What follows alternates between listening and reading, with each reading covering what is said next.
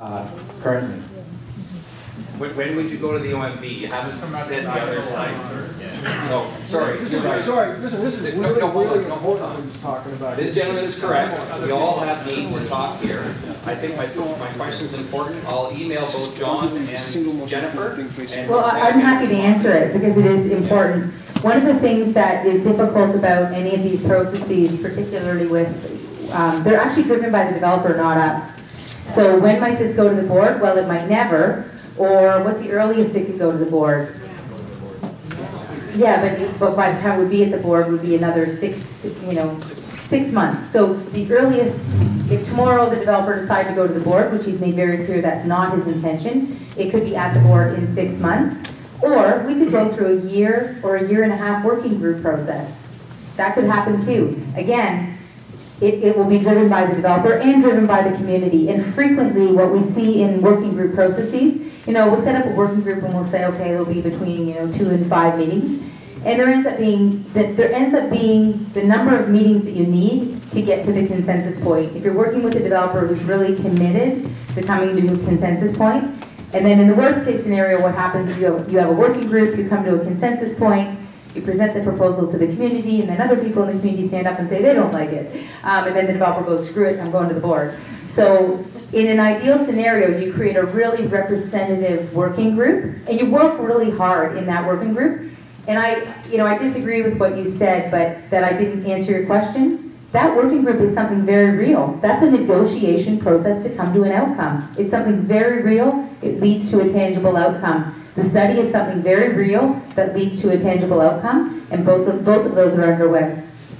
Okay, well, thank you for your patience, and I'll let the next person talk. Thanks for coming tonight. Appreciate your candid responses to all of these. One thing we haven't talked much about is schooling, which is very important in our community, especially on the growing demographic like mine for kids up and coming.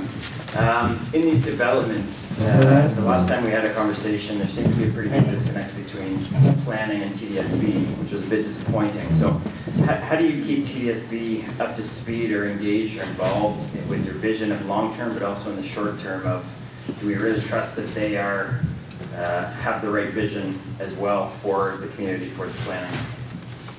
It's a great and important question. We have been working very closely over the course of the past year and a half with TDSB on their school planning, in particular because of their allocation formula around spaces in the city.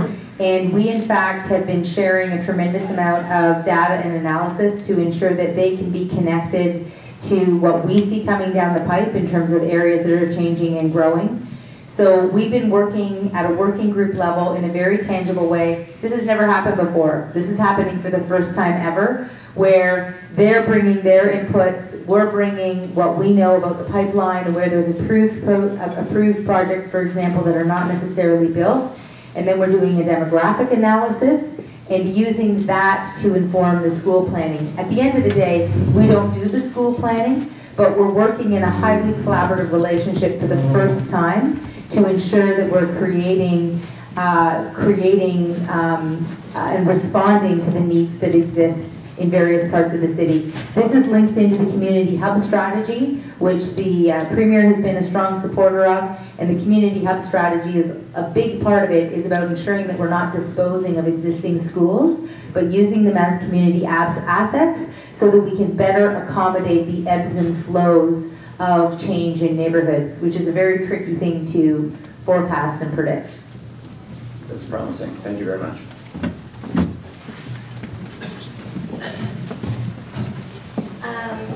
My question is a short and sweet one.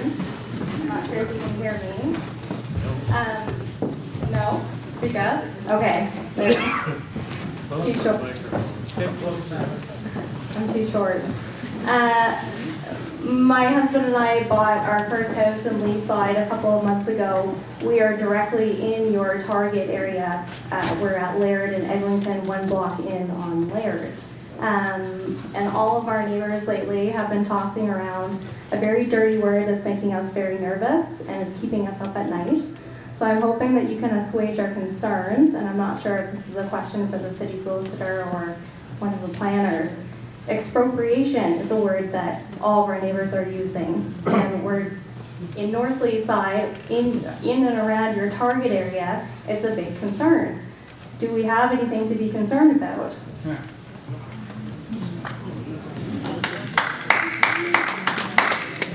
Don't read the gossip columnists. No. You know, I have no reason to believe that you do. Part of why I showed you this plan was, the whole point of this plan is about drawing hard boundaries. And when we talk about protecting stable neighborhoods, what we're talking about is ensuring that those neighborhoods will remain as they are. There were some expropriations, I'm not intimately familiar with them, but there were some expropriations that took place along the corridor in order to build the stations for Eglinton Connects. But there are no expropriations anticipated or planned in any way along this corridor, although there was a columnist in the paper who wrote a big article on expropriation, which is very unfortunate because it's simply not true. That is extremely reassuring. Please let your neighbors know, because that's not a nice thought.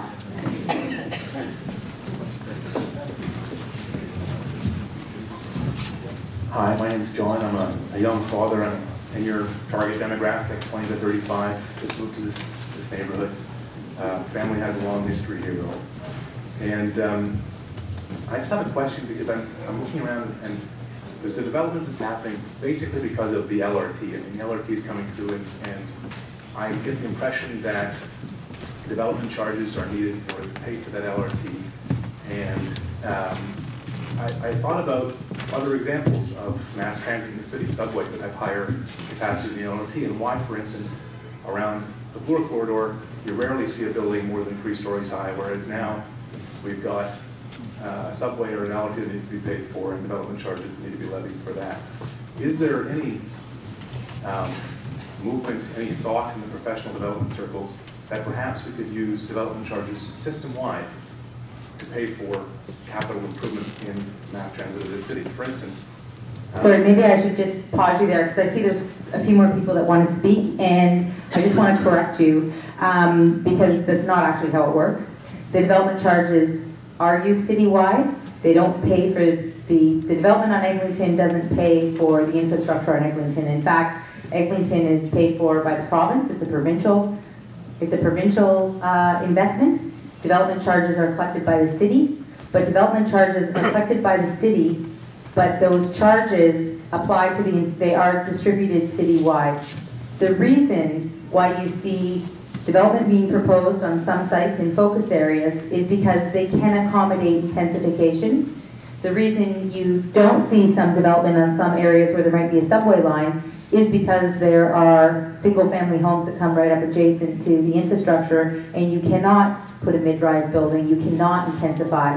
So again, coming back to this notion that we use a very nuanced approach, identifying the areas where intensification can be accommodated, recognizing that it cannot be accommodated everywhere. But I just wanted to correct that because that's exactly how they work today.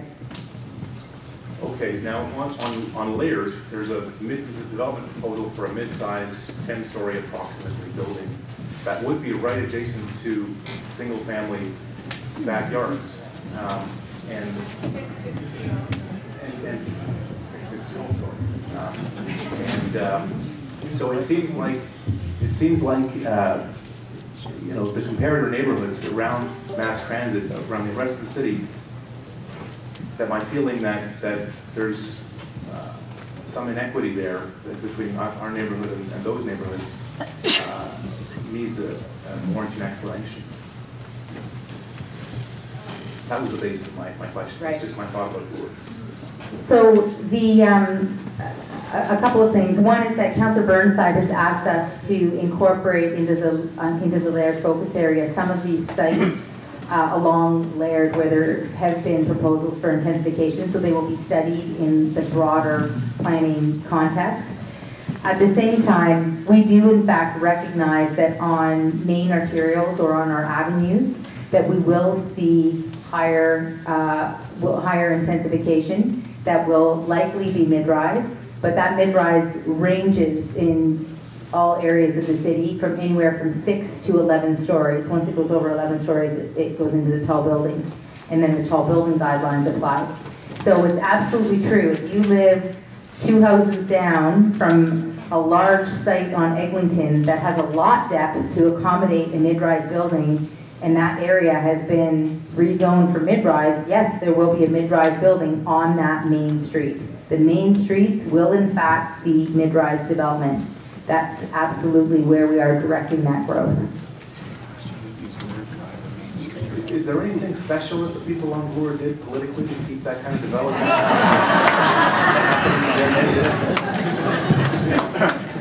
I'm just looking for some insight and some Sorry, clues. I missed your question. I'm just wondering if they had some special trick on Bloor that they did politically to keep the development from happening in their neighborhoods. I just wondered if there's any insight you'd give us. Or Yeah, you know what it is? It's the size of the lots. And we actually just did a corridor study along Bloor, and to identify the same thing as Eglinton, where the focused areas are, where more intensification can be accommodated.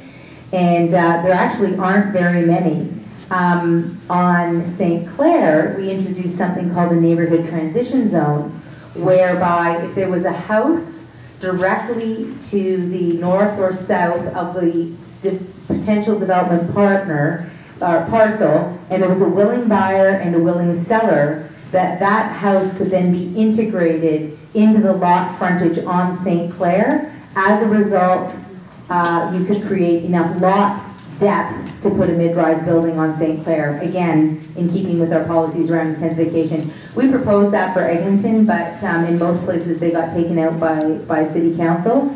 But driving growth through our main transit corridors is a key tenet of our official plan, precisely because we're not driving growth into the heart of neighborhoods like happened in the 60s and 70s. It's for that reason.